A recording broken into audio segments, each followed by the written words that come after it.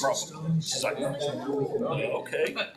So we went over and did a couples massage, and they do what they call hair therapy here.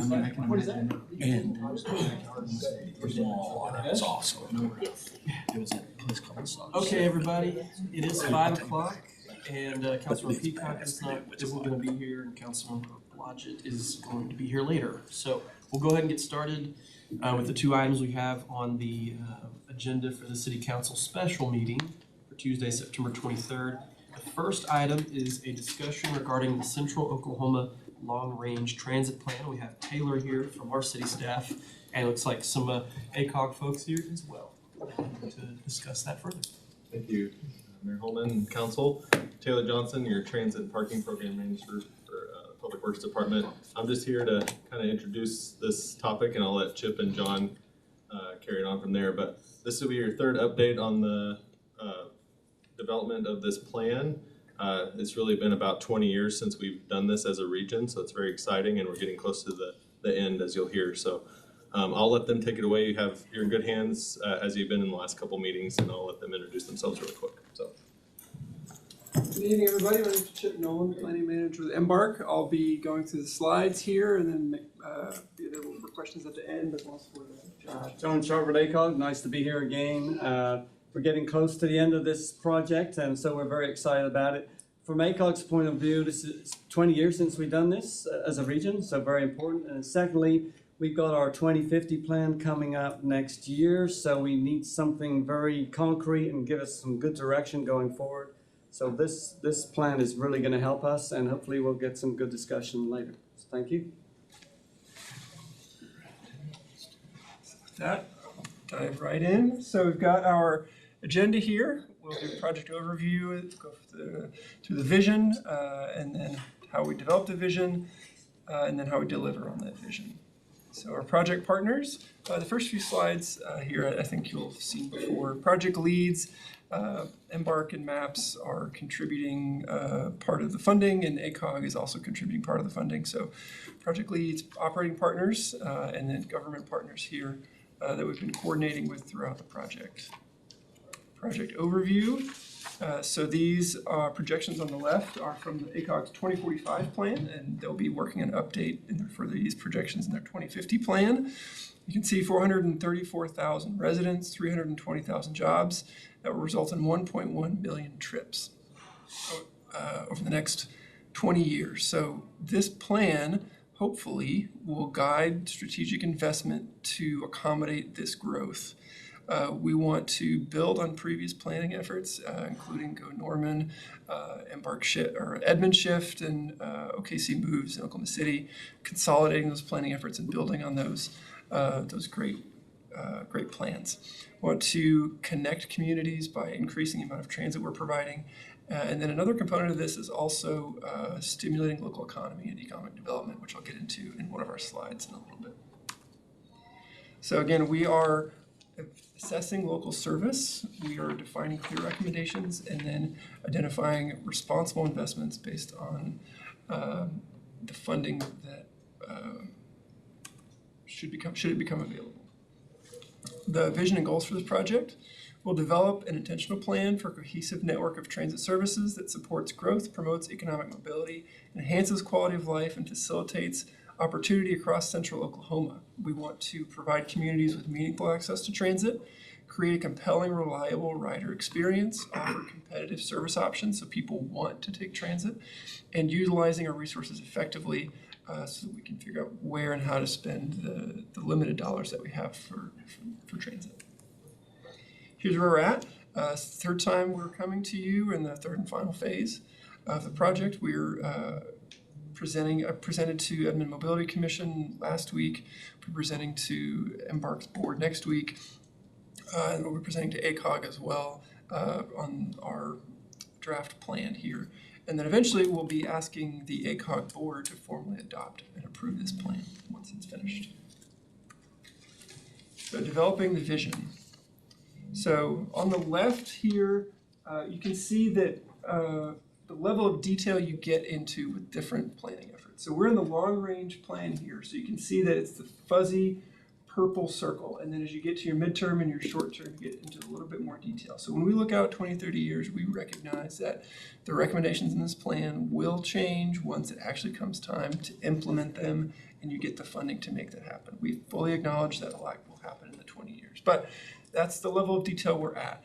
And the process we went through is we have our planned high capacity routes through the RTA, local planning efforts from previous planning efforts, previous planning studies, and then stakeholder feedback. Been meeting with stakeholders throughout this process. We identified opportunities partly by looking at population and employment density and other typical metrics that typically drive transit. We're developing a universe of alternatives, getting input and feedback from the public and stakeholders, and finally refining a network based on all of that input. So we have our planning horizons here. It's a 30-year plan broken up into 3 segments. We have a short-term plan, a midterm plan, and a long-term plan.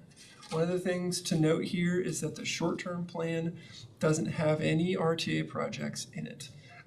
The short-term plan is focused on kind of existing priorities, including, see in the bottom there, local service investments. So improving frequency and service spans, and then a couple of projects in the cities that are already kind of in development. And then as you get further out, you have your RTA projects in your midterm, and then some additional BRT and streetcar projects in the long term, and then more local service investments at each phase.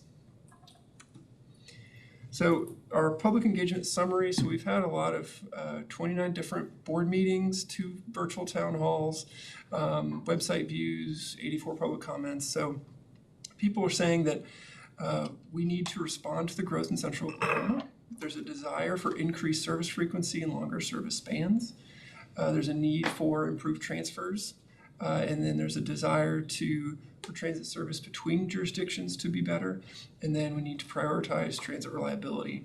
And so what we did in response to that is we're proposing on-demand zones to expand the geographic footprint of transit into new areas, a core network of high-capacity, high-frequency routes, improved passenger and driver facilities, upgraded amenities, and then improving crosstown routes and weekday connectivity between jurisdictions, and then technology upgrades that help improve the customer experience.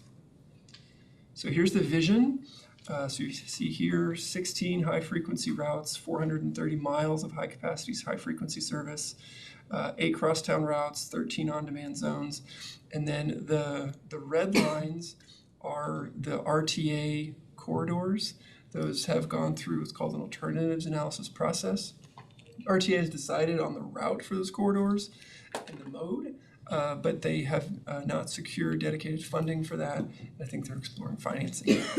And then the purple is the new Oklahoma City MAPS BRT that will hope to launch by 2030. And then the solid blue line in the Northwest Corridor is the existing MAPS 4 BRT line. And then the fuzzy colors are intentionally fuzzy because those are local bus service enhancements. So the green is high frequency service, the purple is local bus service, and then the kind of orange pink is on-demand zones. And so this gets to the transit. This slide talks about economic development. So the American Public Transit Association has a methodology that they use for to look at the economic development of transit around the country. And we applied that same methodology to this study area and this plan. So they typically see a 5-to-1 return on investment. So you're seeing 151,000 additional jobs accessible by transit, 1,300 sustained jobs because of the transit, that $100 million in annual growth in the local economy, 1.1 million hours of reduced congestion annually. That results in $28 million in annual savings from reduced congestion. So we're trying to capture some of the economic benefits of this investment as well.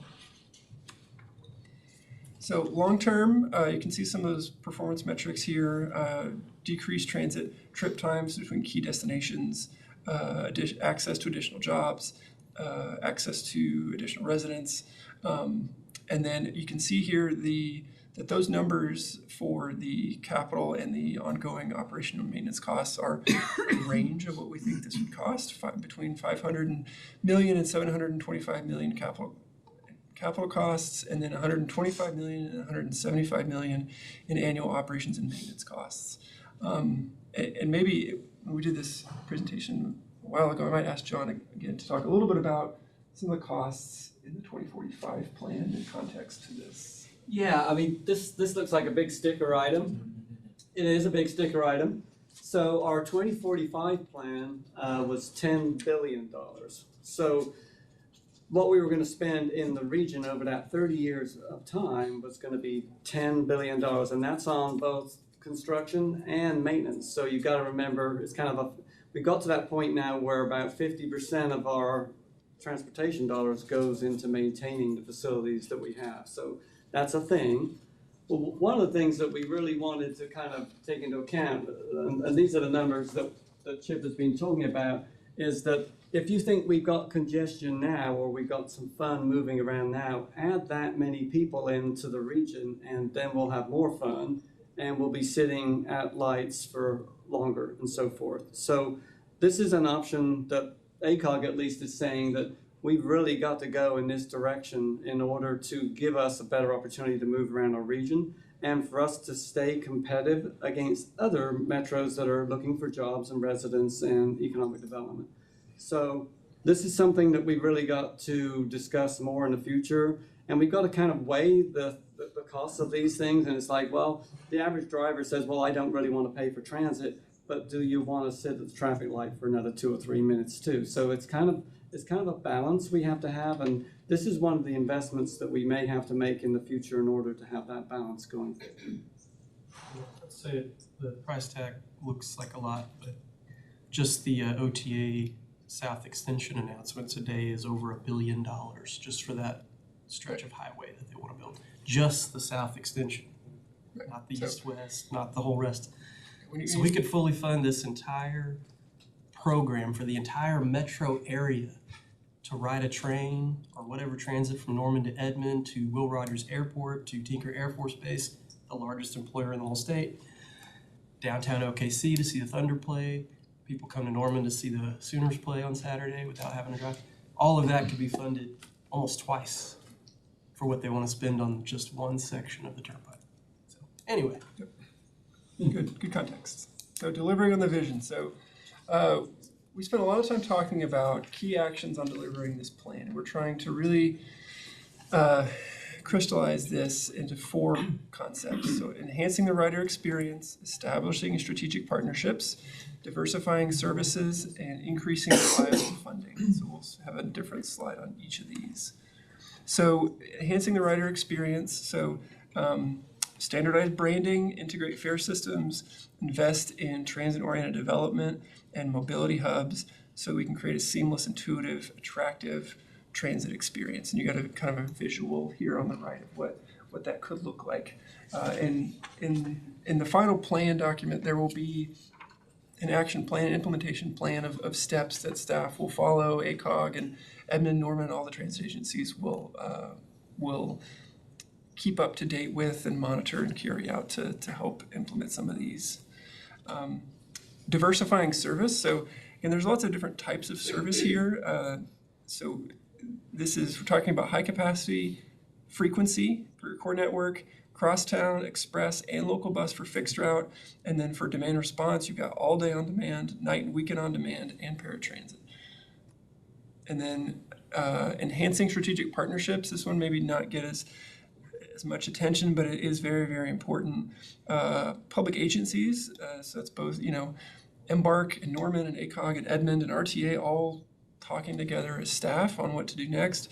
Public-private businesses, partnerships with universities, partnerships with large employers, nonprofit organizations, and on what can we do to expand the use of transit. And finally, funding. We will need additional reliable funding sources to make this vision a reality. But as we talked about earlier, in the context of other transportation projects, this may not be quite as expensive as it might seem at first glance. So we also want to make sure that we're aligning with the regional planning process. So it's really important that I would like to come back to you with this on a regular basis. We'd like to update this 5 years from now, and maybe have Taylor and I report back to you regularly on the progress we're making in this plan. We want to review current transit performance in the next update, getting stakeholder engagement, analyzing existing transit and projected transit demand, and then evaluating new and innovative solutions that have come on the market since the last plan update. I don't want this to sit on a shelf until, for the next 20 years. So finally, we are hoping to take this to ACOG for adoption in November. We welcome your feedback. We have a project website that is still live, that we continue to update and add new material to. So we hope you'll go on there, give us your feedback and your input, and looking forward to your questions. Okay, thank you very much. Are there questions or comments from council about Councilmember Grant? I was just curious, because I've talked to somebody in Moore who was a little sad about not having the bus system that Norman does. And the emphasis was on somebody who is blind, who needs to take public transportation. And the community engagement that you had and feedback, were there any specific discussions on ADA? Yeah, so part of the first step,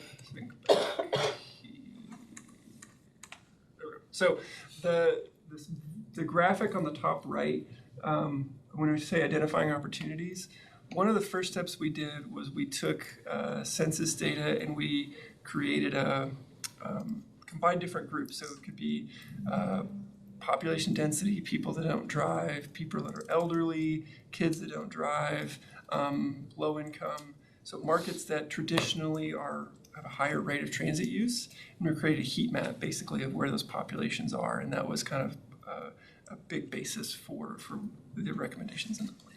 And then with 20 years added on to that, you can kind of tell, I mean, you said there would be changes, but do you foresee those populations kind of staying where they're at? So one of the first steps, the kind of underlying basis for this is ACOG's 2045 projections. And what they do is they are projecting where population and employment are going to be in 2045. And so we use their projections as kind of a starting point for this.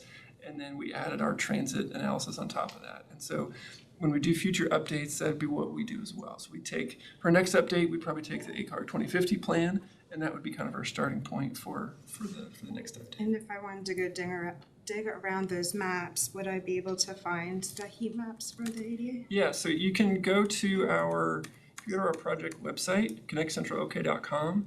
There's a story map in there that has a lot of visuals and maps, different maps in there that you can explore, but I think would give you what you're looking for. Any other comments from anybody else? Questions? Okay. All right. Well, we get somewhat regular updates and have discussions every month in CPTC about just public transit in general. And so that's always a standing agenda item on CPTC. So if you ever have any questions about the regional transit stuff, we can bring it up in CPTC anytime. And Taylor can usually talk about what we're doing in Norman or research and find out what's going on with the general metro area too if we need, or if we need ACOG folks to come down again, we can. So, but I think it'd be great to definitely have a regular update at the very minimum every 5 years. But I know for us, we want to stay pretty regularly updated on progress with RTA and then the general just regional transit. So. Quick question, Chip, if you're interested in more community input, our communications chief can attach that to her weekly outgoing communication to the community. Absolutely. It's got 12 or 14,000 people who receive it, but we'd be happy to share that QR code and link to in the next outgoing weekly. If Taylor can put fingers on that, we will make that so. Thank you. Okay. All right. Well, if that's it. Thank you very much. Appreciate you guys coming down. and look forward to continuing this discussion. All right, item number 2 is consideration of adjourning into an executive session as authorized by Oklahoma statutes to discuss pending litigation associated with Waddy Wolf Inc. versus G.E. Johnson et al. All those in favor, signify by saying aye. Any opposed?